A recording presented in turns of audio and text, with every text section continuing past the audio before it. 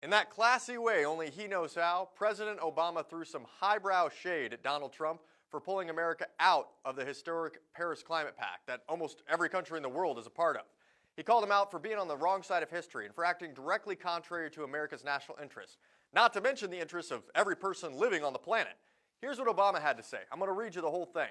Quote, "A year and a half ago, the world came together in Paris around the first ever global agreement to set the world on a low-carbon course and protect the world we leave to our children. It was a steady, principled American leadership on the world stage that made that achievement possible.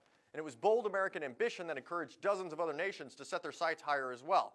And what made that leadership and ambition possible was America's private innovation and public investment in growing industries like wind and solar, industries that created some of the fastest new streams of good-paying jobs in recent years and contributed to the longest streak of job creation in our history.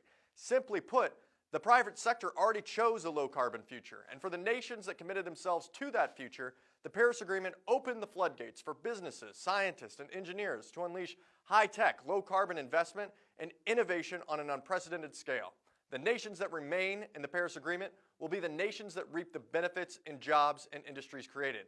I believe the United States should be at the front of the pack. But even in the absence of American leadership, even as this administration joins a small handful of nations that reject the future, I'm confident that our states, cities, and businesses will step up and do even more to lead the way and help protect for future generations the one planet we've got." Now, Trump stated that one of his reasons for rejecting the deal was because he was beholden to the citizens of the United States and not just the world. See, he thinks the deal unequally affects the United States economy. He even said he was, quote, "elected to represent the citizens of Pittsburgh, not Paris."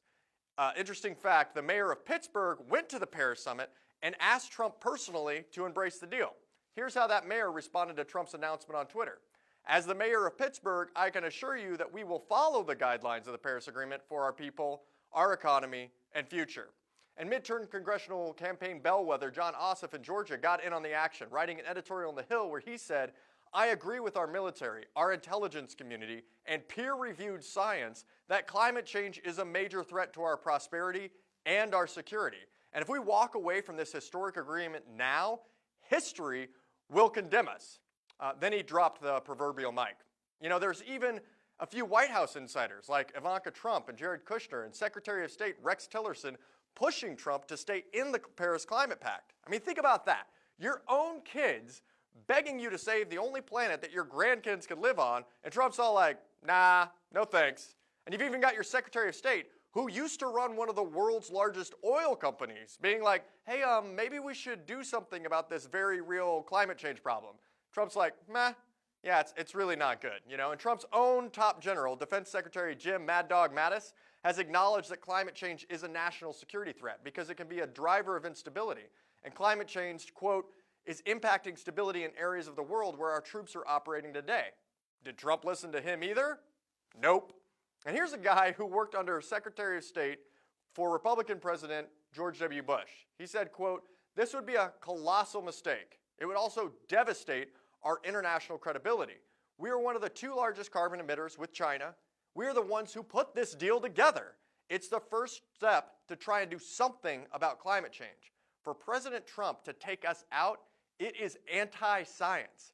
Trump's not listening to reasonable Republicans. He's not listening to his top generals or his own daughter when it comes to climate change, or the Pope, or the world's top scientists for that matter."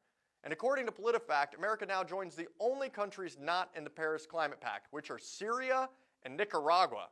Congrats, Trump. We're well on our way to being a third world dictatorship on a planet that's dying. I'm Ryan Clayton. This is Content News. Come back daily for the news where we're free to share the truth.